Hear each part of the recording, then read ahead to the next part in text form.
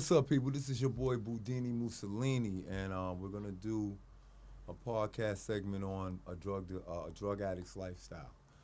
This is gonna be addicts from all aspects of life. We're starting with my boy here. His name is. Introduce yourself. What's up? My name is Arthur Taylor. Okay, there's no jokes going on about this. This is gonna be serious, and it's gonna be real live discussion about this man's lifestyle, what brought him to the situation that he's in now, as far as being a drug addict and being addicted to drugs. I don't know, but this is going to be a ride. Hopefully, this interview is very interesting. So, I'm gonna start off with this. Did you ever picture yourself being in a situation like this at this point? Nah, I never did. Things just happened that way. All right. Now, what's your name and where you from? My name is Arthur Taylor from Amityville. Okay. You grew up in Amityville. Yeah, What part of Amityville did you grow up at? Albany Avenue. Okay. I'm familiar with Albany Avenue. I grew up with you, brother. So, all right. What's your drug of choice? Crack cocaine. Crack cocaine. Crack cocaine is the drug that you've only done, or did you do other drugs that I stem to did crack? weed and coke when I was a little younger, but I ended up doing crack cocaine out of all of them. Mm. Now, you started with Weed. how long you did weed for, and when did you start? I started doing weed at age 13. Yeah, age 13. What's your first experience? Wow, it was crazy. I was laughing at leaves falling on the ground. My first experience smoking weed, man.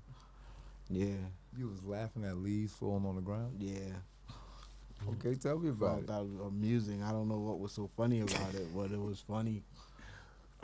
So, what brought that to marijuana? Huh? How'd you get to smoking weed? My boy's mom had a plant, and he picked some buds off the plant, and we ended up smoking in the graveyard. Yeah, The one on Harrison? yeah.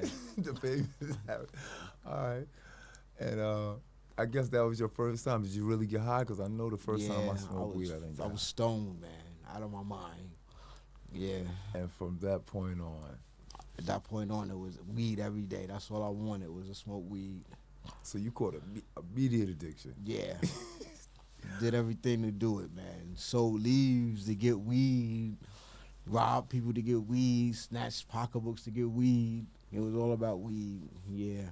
And this is from the age of, Saying 13 to about 20s. so that whole time, that weed journey that you was on, you was robbing people. That was your biggest experience in the streets. Yeah. Your parents, you came up with your parents? Yeah. I came up with my mom. My father wasn't in the picture. Was your mother on drugs, or she was just? Yeah, like- she did crack cocaine when I was growing up as a kid. Yeah, life was a little crazy, but we got through. Now, as a kid, did you know she was on cocaine or crack? Yeah, I knew the symptoms. Go in the room, put the towel under the door. You know, shit like that. And that's when you was 13. Yeah, that's when I was about 13, 14. Now, you knew at that time that it was crack? Yeah, I knew the smell. I had that distinctive smell to it. That's how I knew. How you know what crack smell like? Smelt it more than once. Through her or? Yeah, through her. Oh, Other okay. family members, uncles, aunts. Okay, all right. So, that the first time you ever saw crack was when?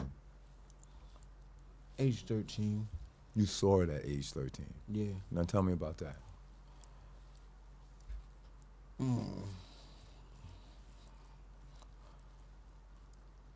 I saw it sitting on a table.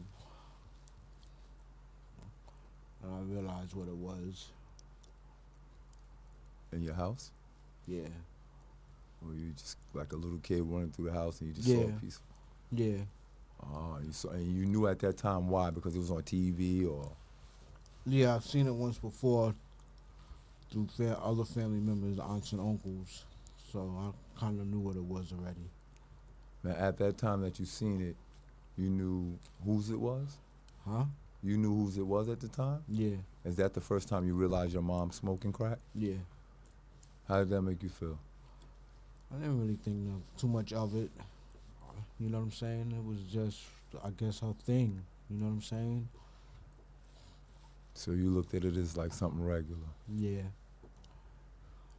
When did you realize it was not regular? Well, when I see my stepfather get mad at her for selling the food stamps and shit like that, staying out late days at a time, you know what I'm saying? They would fight.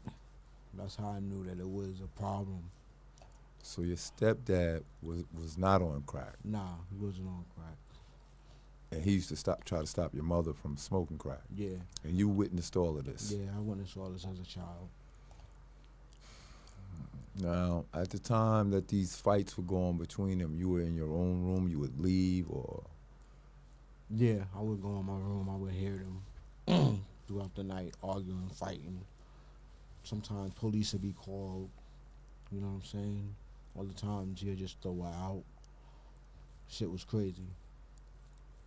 now, did this leave you as a 13-year-old kid to have a certain kind of freedom to do what you wanted to do because she was on drugs, or was she still on top of you as a kid? Yeah, she was still on top of me. I wasn't really able to do too much. Stay out. The only time I stayed out was if I spent the night over friends' houses, and that's when I would get in trouble. I would sneak out the house, hop out the window. You know what I'm saying? Was the time from 13 to 18, was school involved? Did you go to any schooling? Yeah, I got kicked out of all the schools I've been into. I got sent to Washington Learning Center. Why were you kicked out of school? Behavior, fighting, robbing kids, doing crazy shit. And all of this transpired because of your lifestyle, or you just felt like, I didn't give a fuck. You know what I'm saying? I was always teased because of my clothes and stuff like that. You know what I'm saying? I wasn't fashionably well kept. so you basically had to take care of yourself? Yeah. How old was you when you moved out of your mom's house? I was 18. I was 18 when I moved out. I got a settlement. I got hit by a truck when I was young. And I received a settlement at 18. That's when I moved out of my mom's house and got my own place. How was your friends coming up? You had explain your friends, the group of friends you had. I had a group of crazy friends. We used to call ourselves Rough Side. We used to be on Coolidge. We used to rob people, sell bags of leaves at the pink store, rob white boys, do what we had to do to get high off weed. So all of that transpired during the weed. Epidemic, yeah. Okay. So when you moved out of your mom's house, the whole time you was with your mother, you wasn't pushed to smoke crack. You never smoked while you was in her company. Never thought about doing it. Is that because of the respect of your mother? I just didn't think that it was something I should be doing. Why? I seen so much shit happening. Mm-hmm. You know what I'm saying? Which is crazy. So from the outside in, you looked at it like people are doing it. You saw the results, and you just knew that's not what you wanted. At the time, yeah. Okay, at the time. Now, when is the first time you called yourself sniffing cocaine? I was dating this girl and she had two brothers in the bathroom. I walked in on the bathroom on them, and they was both interacting with cocaine. I closed the bathroom door and I asked, "Can I try it?" I tried it, and then from there, I had a cocaine addiction. It was basically that one time, and then I started doing coke every day. or whenever I get money. How old were you when that happened? I was 19. 19 when I started sniffing coke. That whole journey. Okay. And how long did you do that before you reached another level of drugs? I say 5 years. You was doing coke for 5 years? Yeah, I was on coke for 5 years. Now, were you working or you just was hustling? Just hustling, robbing people, doing stupid shit to get money. Did you ever have a job? Yeah, I used to work. I worked Okay. at Amador Fence Company, Amity Warehouse. Worked with lumber. All of this was during the ages of, Mm, when you were a teenager or like in when my you, 20s. or you got, this is after the weed, Yeah. started sniffing coke, and then Yeah. while you were sniffing coke, you ended up getting a job while you Yeah, were I on was that sniffing drug? coke there. That's how I paid for that. I was Okay. working. So you was working when you was on coke. Yeah. Okay, so do you feel like you were more functionable on coke than crack? Cause Yeah. Yeah, it wasn't as bad. Let's put it like that. okay, so I mean I understand that you were on coke and crack, so you would say that cocaine is more addictive or crack is more addictive? Crack. Crack is more addictive. Okay.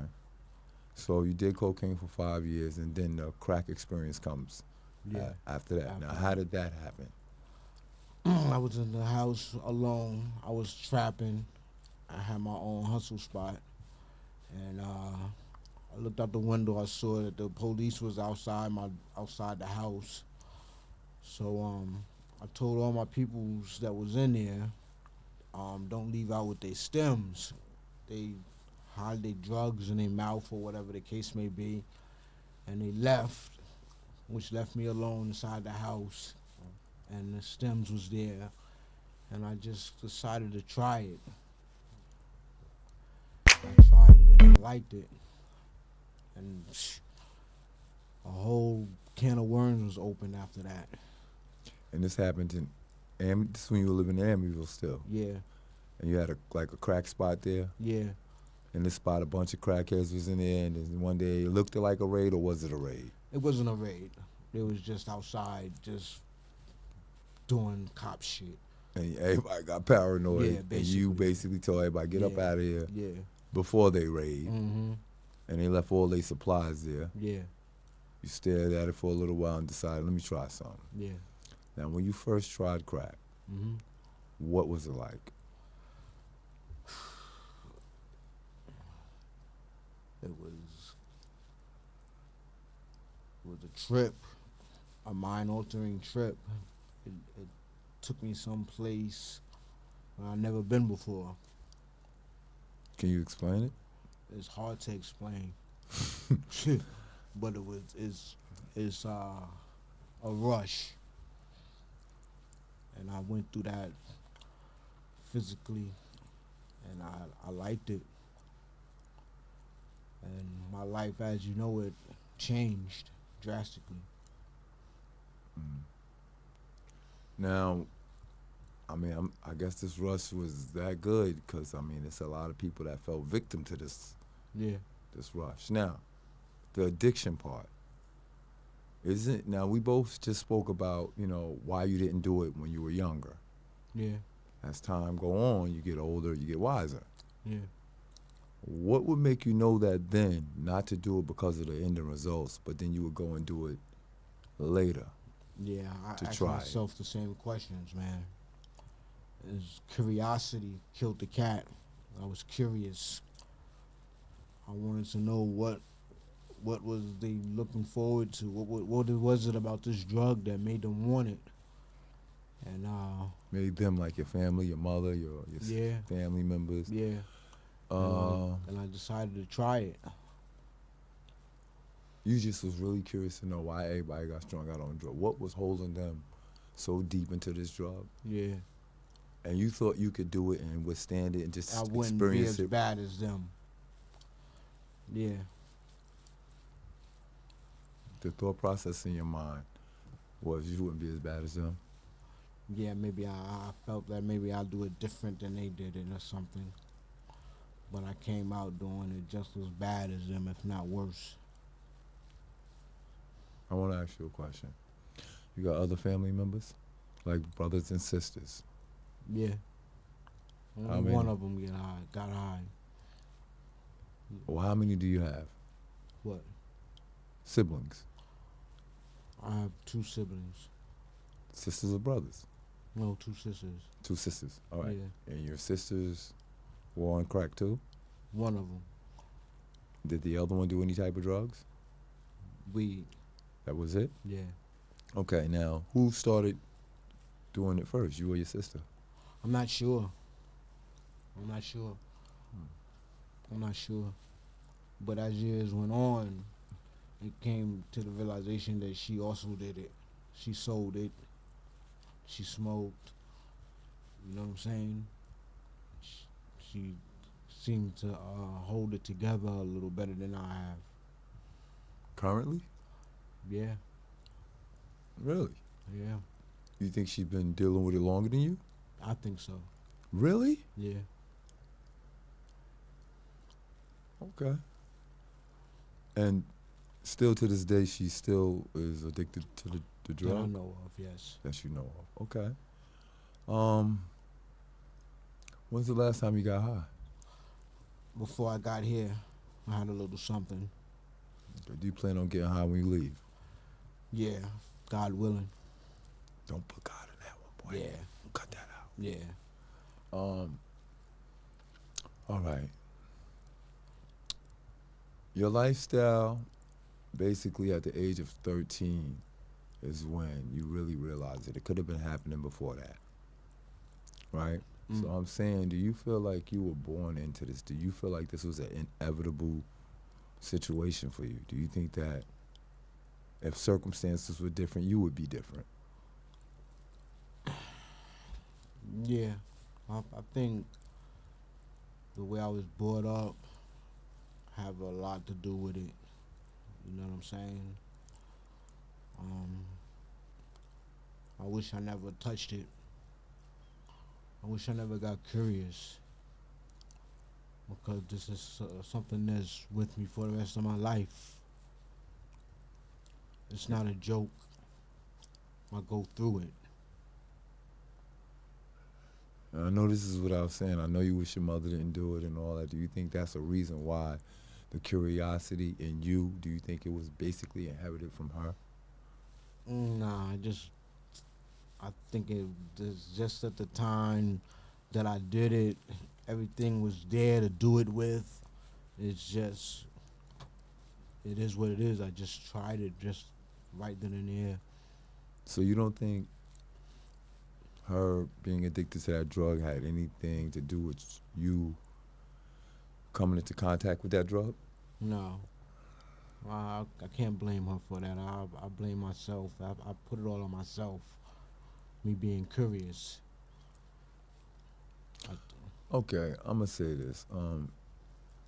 Yeah, everybody's responsible for their own journeys. You said yourself you knew back then that it was something you didn't want because you saw what it did to other people. I'm saying I agree with that, but you can't unsee this part right here.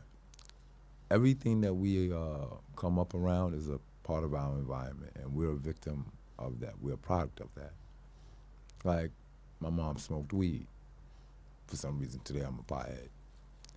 You understand what I'm saying? Yeah. So I'm saying down the line, you know, anything that's around you, if you don't see it, the heart can't want what the eyes can't see.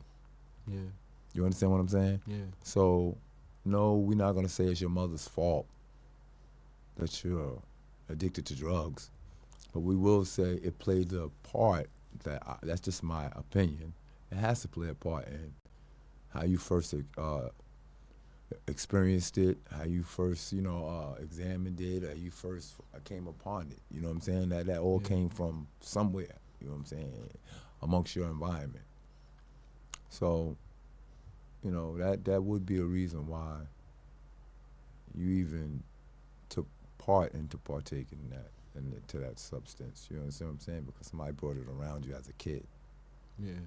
Okay. With that being said, Now we here. Have you ever been in prison? Yeah.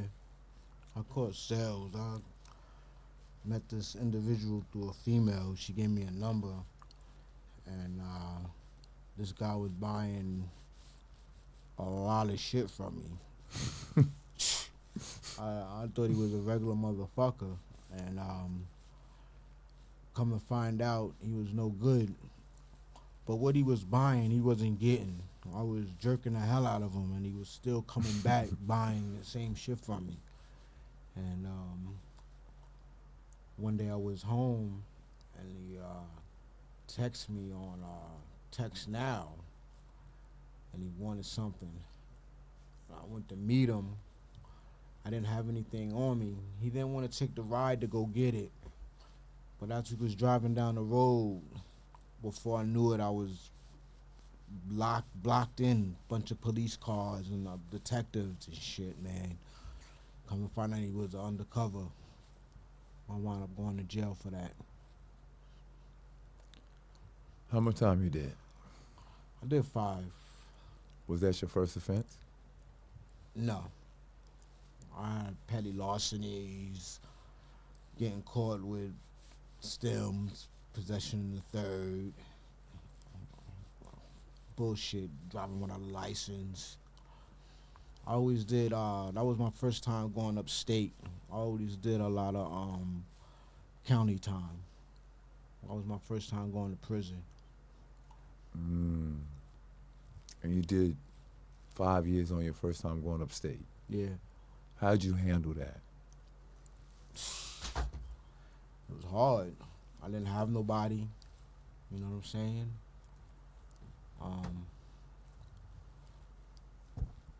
It was a huge change. No drugs.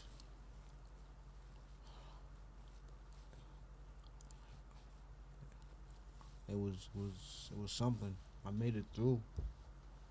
So you felt by yourself, you felt alone? Yeah, I was alone. I didn't have anybody, no packages. I lived off the land. And what did that lead to? Excuse me? What did that lead to? Nothing. Just basically I just had to do my time. You know what I'm saying? Get in where I fit in. Now, I'm a long-time friend of yours. Yo, it's been a point in time where I haven't seen you for like years. When I pop up on you, this is what's going on. When I first saw you, you looked like a different person, bro. You were speaking different. It just wasn't the dude that I knew from back in the day, because you are somebody that grew up with me since I was a kid. Yeah. When I asked you, why were you moving like that? Why were you moving kind of delayed? You told me what? I was on medication. Where'd you start that medication at? I started the medication at home. Seroquel. At And, home? yeah. And then I went to jail and I began to do it, but I upped it. Let me ask you a Upped question. the levels of it when I went to jail. So when me and you were friends, back in the day you was on that? No, I wasn't on medication then. So when did you start doing the medication? So started medication in my late 40s. In your late 40s? Yeah. And you went and applied it, you put it in for yourself to be on that? Nah, I went to mental health program. That's how I got on. Voluntarily? You volunteered for a program? Well, they put me in it. When I went to rehab, they put me in mental health, and mental health subscribed the medication to me. And you were on it, and then you got locked up, and then they had a higher dose of it, Yeah, and you I got agreed. a higher dosage of it when I went upstate, yeah. And they asked you, did you want to still be on the medication, and you agreed. Yeah. What do you think that medication did for you? It made me sleep, basically. It put me to sleep, it put me out, made me hungry, made me want to eat. Do you feel like it did anything to your personality? Yeah, it did something to my personality and my physical, my movements. Um,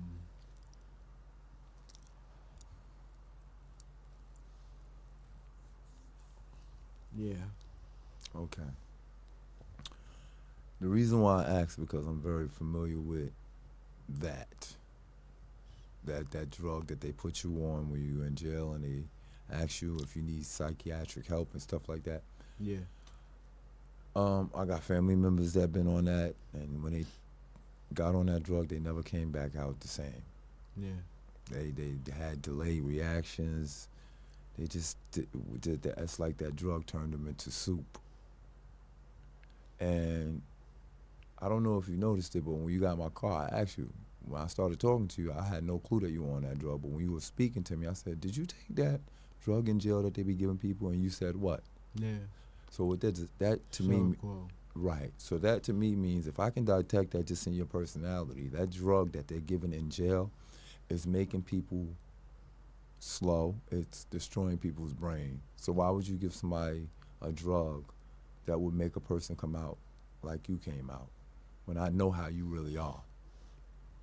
I got 3 family members that took that same drug. I don't know what is the name of it. Circle. Seroquel.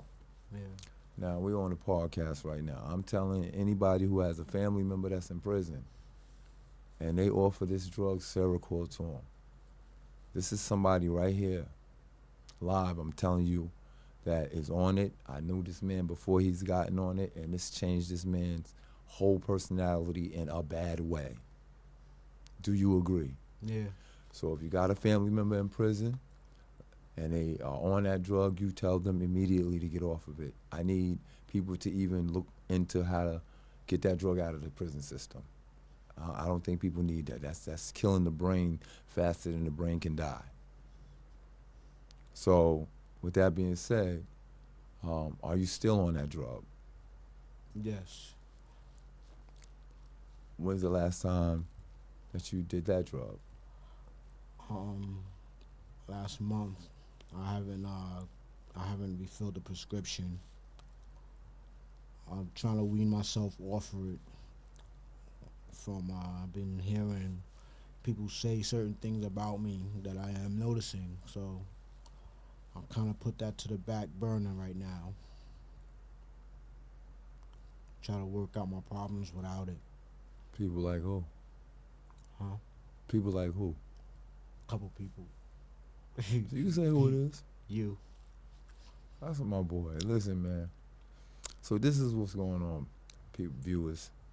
As I said before, this is a friend of mine. It killed me to see my nigga looking crazy like that. I grew up with this boy. I was in the Amityville at a spot called the Pink Store, and he was one of the guys I came up with in this group called the Rough Side Clique. And I watched this man, his lifestyle and everything from the time we were young up until now. And I'm telling you, this is a real interview. This person has really experienced all of these things. I'm putting this out there to get this man some help. This podcast is about me helping people like him find help, shelters. Anybody can, go fund him for. We're gonna make you a GoFundMe account too. All right. Um, anything, any sponsors that want to help with the drug addiction of, people in black neighborhoods, urban environments that are flooded with this type of problem. We need to start addressing this problem for real. And everybody's on podcasts talking about entertainment. This right here is a lifestyle in a person that you wouldn't even believe how these people, what they go through on the course of a day, a night. You ever stole anything from anybody? Yeah. I stole a lot. Yeah. Um, Not too couple days ago I found a wallet. $300 and something dollars in it. how that happened? Faith. Where was you at? It's in Patchogue at 7-Eleven. I got out my man's car and I began to walk. And I saw the wallet on the Oh, ground. hey, we gonna cut that. We ain't even gonna talk about that. You cut that. We don't need to know the exact location. Somebody missing a wallet. So we're not gonna talk about that right now. All right. So you found the wallet one day and you came up with a couple of dollars. Yeah. It's cool. And you spent the money on, I'm assuming, Drugs. Drugs. Yeah. Okay. Are you trying to help yourself out, brother? To be honest with you, I kind of gave up on myself, man. You know, my life is a struggle every day. What do you think you have to do in your life to take a change to push your life towards a positive direction, brother? We know you got to get off drugs. What's the first step to that? Got to get off the streets, get away from people, places, and things. Change my atmosphere. Okay, so listen. As I said before, we're gonna set you up a GoFundMe account. We're gonna try to get you help, but you my man, so I'm gonna work with you all the way around the board. We're gonna try to get you some help. The point of this interview is, I'm pretty sure you're still in an environment where there's 1,000 people like dealing with the shit that you're dealing with. Yeah.